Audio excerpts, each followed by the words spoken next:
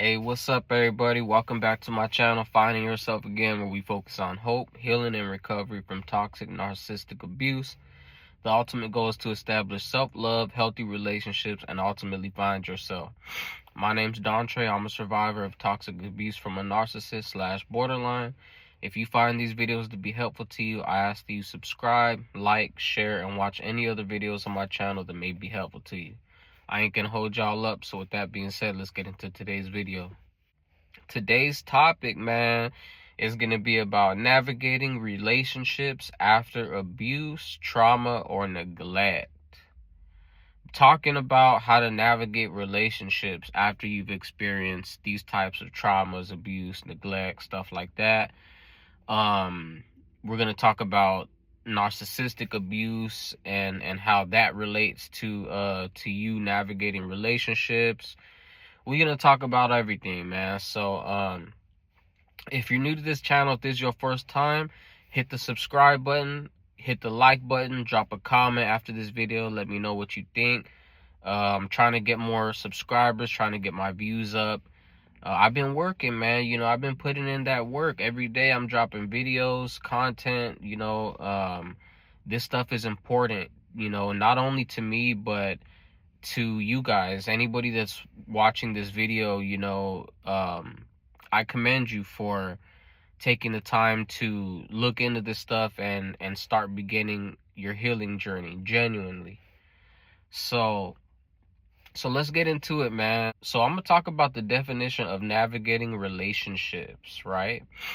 The process of effectively managing and interacting in various connections with others, including friendships, romantic relationships, family ties, and professional relationships.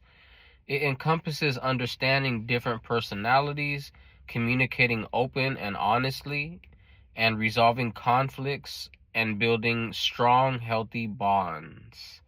That's the definition of just navigating relationships right there. So next, I'm going to talk about the context of abuse, trauma, and neglect, particularly in narcissistic relationships, and how that relates to navigating relationships, right? So navigating relationships involves the process of understanding and adapting to the often complex and challenging dynamic interactions with people that have shown particular behaviors. It's about learning to build and maintain healthy boundaries, develop a strong support system, and rebuild trust after experiencing harm, while also working through the emotional and psychological impact of abuse. So the impact of abuse, neglect, or trauma on your ability to navigate relationships is going to be significantly impacted, right? In a negative way. Not, you're going to have difficulty trusting yourself, all types of things, So, and I've been there before, I've been at a point where I second guess myself with everything, and not only is that bad as a person, a human, but I think it's even worse as a guy, right? like as a man, I'm second guessing myself. Like that's, what I mean, that's not attractive to a woman. That's not generally, but I also understand why you can have that, and this goes for women too. This is for men and women. Like after this type of abuse and toxic dynamics, you don't trust yourself, and it's hard to trust you. You have to work to regain that trust along with other things. So let's talk about the surface, which is what we see first when we meet somebody and then start interacting with them, right? So the illusion of first impressions. When we first meet people, we often see their best foot forward. People are often on their best behavior and tend to focus on superficial qualities or what they present themselves to be. For example, I remember meeting a lady that I worked with for about a year, and initially she flattered me with praise, compliments. She spent time talking to me, validating me. She would always tell me like positive things about myself and tell people positive things about me, but in front of me. You know what I mean? Like, just always, you know, it was like she idealized me, right? And then I felt so embarrassed and stupid when I realized her true character, right? I felt betrayed and conned, you know, and what caused the issue is something that usually causes problems with narcissists or toxic people, right? Accountability and calling out their flaws. I remember I had told her one day that I didn't appreciate how she had talked to me one day, right? Because we had developed this pretty close, like, relationship pretty fast too, right? Which should have been another red flag, right? She kind of latched on to me, and you know, you know, due to her past, you know, she had lost a couple of her children in the past violently, and I figured, well, due to her past, you know, maybe, you know, she looks at me as like a child, and, you know, she maybe sees her children in me, right? So it confused me in a way, and it kind of threw me off from seeing the logical, you know, seeing how she is logically, you know. And I remember looking back, like, when I first started coming around her and her family, she had took me out to breakfast one day in the very beginning, right? And I'll never forget this. We had ordered some breakfast, and she had started like snapping on the service people, like on the waiter, and telling the waiter like, oh, this ain't good enough, or like she was just being rude. And I realized that, you know, because I pay attention to everything, you know. And mind you, the whole time she's being nice to me and talking to me and making me feel good, you know. And I remember she had one of her ex-partners there. And it was a really weird dynamic. I'm not going to go like all in detail with it and waste too much time, but it was like a really weird dynamic where she was single, but she had a ex-boyfriend, and then she broke up with him, got with another guy, and then got pregnant from this guy. And then I think they had got married, but then they got divorced. So when I met her, she was working, and she was still living with the guy that she had the child with. But then it's weird because the boyfriend would still come around inside the house where they're all at. The boyfriend, the ex-husband, the lady that I'm talking about, and the daughter. And, you know, it was all cool, and I thought it was the weirdest shit ever, you know what I mean? I personally would never do something like that, you know, but that's just me, you know. But yeah, man. And I remember when we were out eating, the boyfriend was there, and I had called the daughter Princess because that's like her nickname, right? And I remember the dude, which, mind you, is not even her real dad, was asking. He was like, oh, you let him call you Princess or whatever? And she was like, oh, that's my nickname, whatever, da da da da da. But I guess apparently they don't even let him call her Princess. So he felt like some type of way about that, and kind of even like made a comment to me. And, you know, and I made a comment back like, hey, you know, like, this doesn't have nothing to do with me, you know. I'm just calling her name, her you know. I thought that was like her real name, because at this point I didn't know her real name yet, so I was just calling her by what I was hearing, you know. So I don't know, that's kind of just like a story for you. But my main point behind all that is to say, look at all of those red flags that lady was exhibiting, you know. Allowing a guy that she knows would love to still be with her to be around her, you know. And she would do things like let him pay for things. He would give her money, you know. He gave that girl, her daughter, which is not his daughter but her daughter, like $2,000 one day for her birthday, you know. And just doing stuff, like doing shit to like outdo her real dad.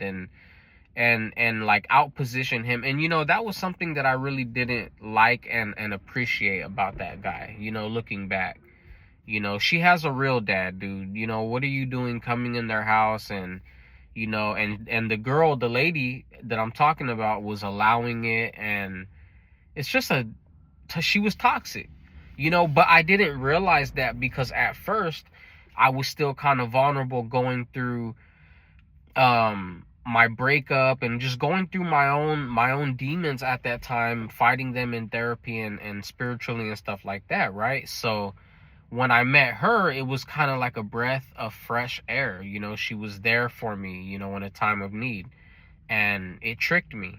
So I just wanted to tell y'all that story. Make sure you don't get tricked, and make sure that you watch how people treat other people, because I saw that and I thought to myself, oh, that was rude. But I didn't think to myself, hey, it's only a matter of time before you're next, right?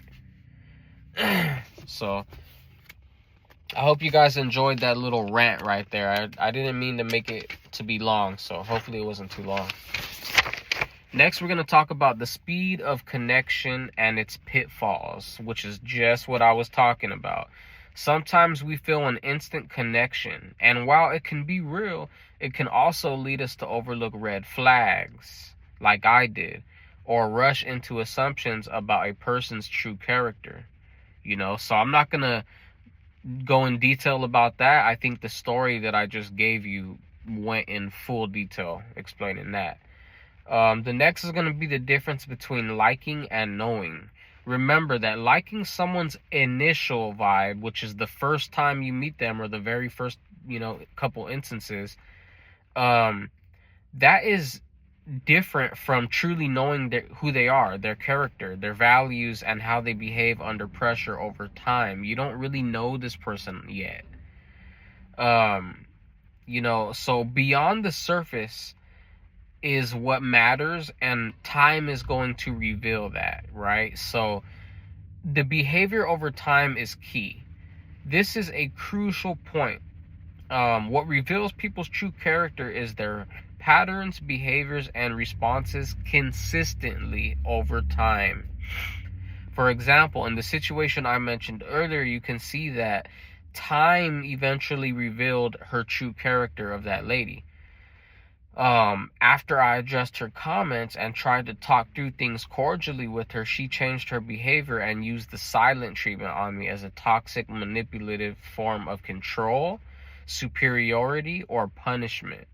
That's why people do this consistent silent treatment for weeks and shit like that. You know, they're trying to exhibit superiority, they're trying to get control, you know, they're trying to hurt you and punish you. And this is not a healthy way of behaving. You know, the way that it makes people feel is not okay. It's not right. It's not cool.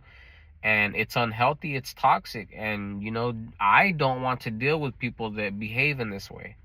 You know, so I just, at that point, I just let her ship sail. You know, I'm not going to chase you and try to, you know, I tried one time, and, you know, to talk cordially and work things out, and she wasn't interested in doing that. So I said, okay, we're not gonna, you know, I'm gonna leave it how it is, and I'll never talk to her again. And I'm totally okay with that. You know, it doesn't hurt me. You know, you don't hurt me by not talking to me ever again. You know what I mean? Like, first of all, I only want healthy relationships anyway. So if you're not healthy and you're toxic, I don't even want to have a relationship with you. You know, so you could bet your ass I'm not going to go chasing after you or running after you.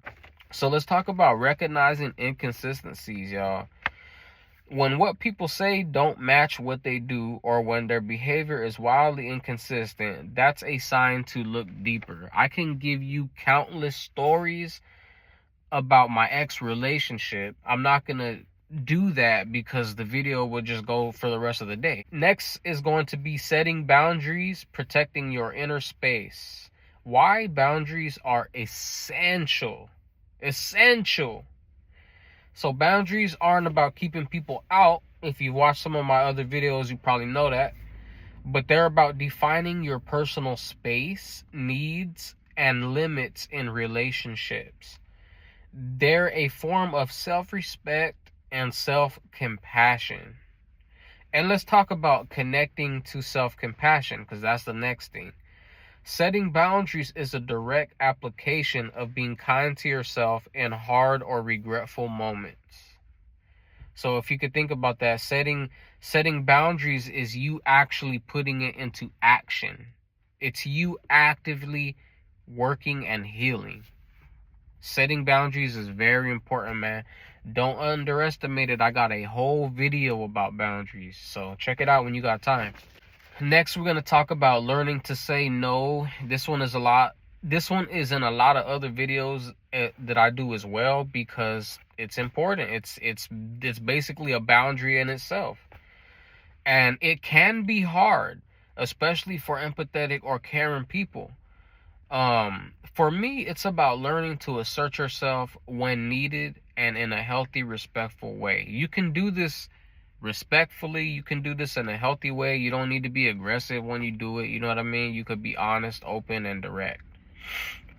The consequences of not having boundaries. I know it's one of you out there, you not boundary having mother effer, man. So you know what? I'm going to tell you what happened. I'm going to tell you what's going to happen to you when you lack boundaries, right?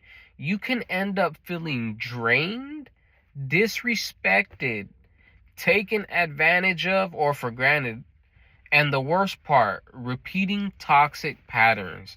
It don't help you by not having boundaries. You're going to repeat the same shit you're doing, and probably the reason why you're at this video now. So you need to have respect for yourself, man. Have self-respect. Have self-compassion.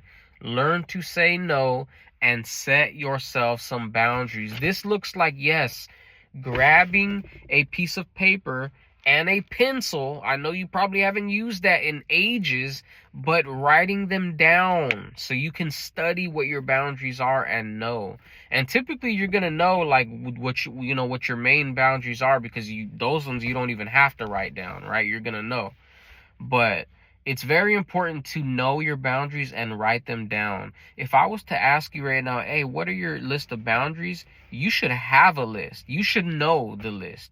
You should have looked at that list enough times to where you don't have to look at the list. You just know each one, I'm going to give y'all some tips on how to set boundaries, right, with people. So this is going to look like you clearly communicating your needs to other people, right? Clearly, directly. Remember to be firm but kind. You can be kind but firm, Never apologize for your boundaries. They're your boundaries for your reasoning. Never apologize to nobody for that. And understand that people might react negatively. More often than not, people are going to probably react negatively, especially when you've been living a life without boundaries, and all of a sudden you start setting boundaries. People are going to be looking at you like, well, who you think you are now? You know what I mean? Like, you too good for us now? You too good to not have, you too good to have, to not have boundaries anymore? So, nah, man, it's, you actually are. You are too good to not have boundaries. You are willing and deserving of boundaries. And don't ever let anybody make you feel bad for having boundaries, because they're yours for a reason and they matter and they make sense to you, right? And remember that when people react negatively to your boundaries, this has nothing to do with you or your boundaries. It is them. It has everything to do with them. 9 times out of 10, they're upset that they can't manipulate or control or have superiority over somebody, or for whatever reason, whatever benefit that they were initially getting out of that relationship, right? Now they're probably not getting it anymore, so they're more than likely going to be upset. They're not benefiting anymore. So understand, has nothing to do with you and everything to do with them. Do not blame yourself for having and setting boundaries that matter to you, okay? About understanding people's true behavior, the why behind the what, right? So, emotional intelligence. You might be thinking, what? Emotional intelligence.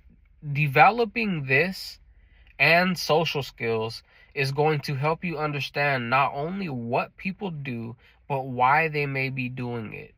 And obviously, without excusing harmful behavior, we're not looking to excuse their behavior. We're looking to know why, to know what they're doing and why they're doing it. Because a lot of times people do things out of traumatic responses themselves, whether it's survival mechanisms or learned behaviors, that benefit them in some way. For whatever reason, it's something that benefits them.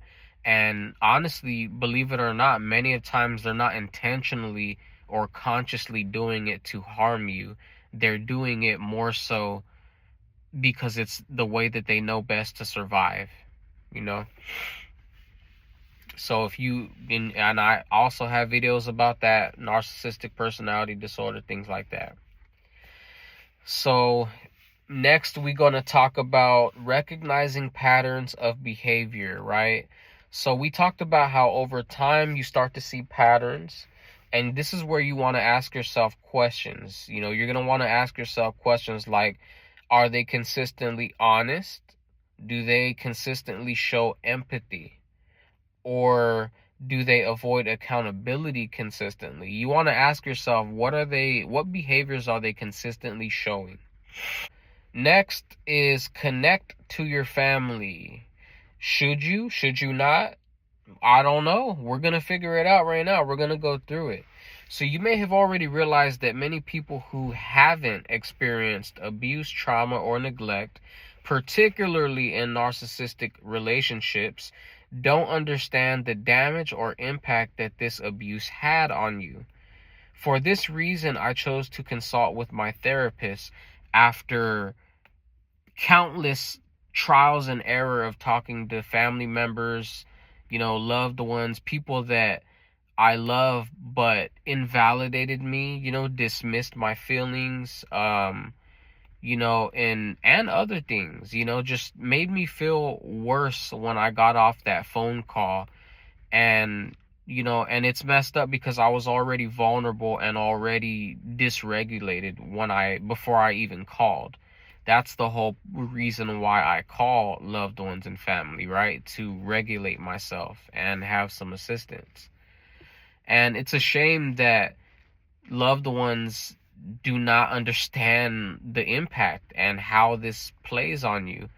And I can really empathize with you guys on that, and I'm sorry for anybody that has experienced that.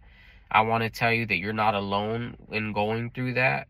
And I want to tell you that I validate your feelings, and I hear you. I know exactly how it feels to feel like nobody understands you, right? Um, and it wasn't until I started actually watching YouTube videos and doing and reading books and stuff like that, just doing my part and research and learning about these things, when I learned, hey, this is a normal response. A lot of people feel this way after going through the things that I went through in life. So don't feel bad, and this is definitely something that you can overcome, and you can have healthy relationships one day. Um so yeah, like I was saying, man, for this reason, I ended up choosing to consult with my therapist only when it comes to mental health related things, emotional things, regulating my emotions. I chose to just write everything down that I want to talk to her about.